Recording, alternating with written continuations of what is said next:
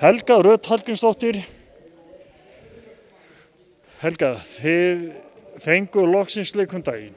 Þið skröppuð í Vesturbæinn, spiluð við KR. Við byrjuðum leikinn við því líkum látum, en þið endaði líka með allt öðru látum sem við hefðum ekki viljað að hann færi. Hvað gerðist í seinni hluta leiks? Herðu, ég var nú ekki staðsett þarna, en þær segja... Kannski ástæðan fyrir þetta fór illa.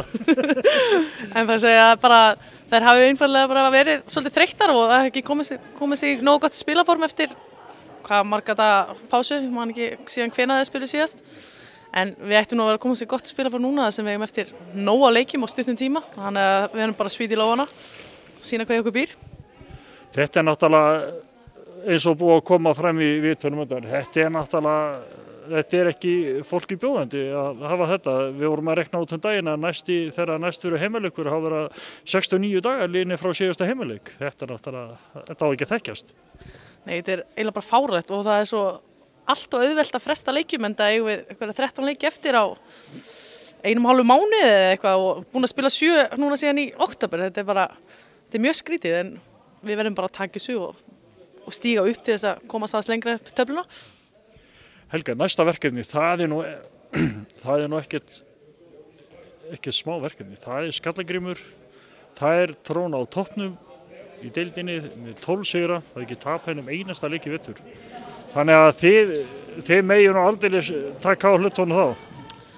Já, það er náttúrulega ekki múið að tapa neinu en það þýðir samt að það styttist í tapið, það hlýtur að vera og við ætlum að náttúrulega vinna þær og við sögum það síðast að það myndi ekki vinna okkur aftur.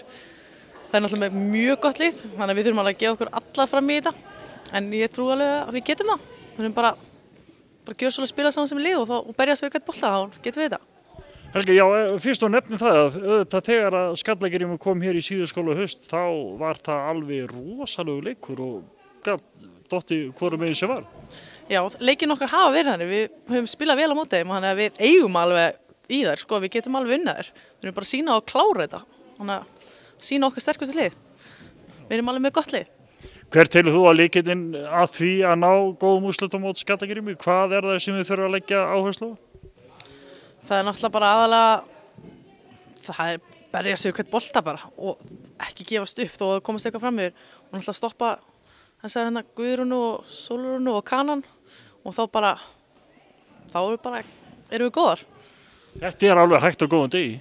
Já, þetta er alltaf hægt. Þannig að við þurfum bara að trúa á því og berjast fyrir þessu. Og þú hefur trú? Já, ég hefur trú. Helga, ég segi bara góða ferð í Nesið. Kallar ekki íþróttahúsið Fjósið eða hvað það er? Já, góða ferð. Takk fyrir.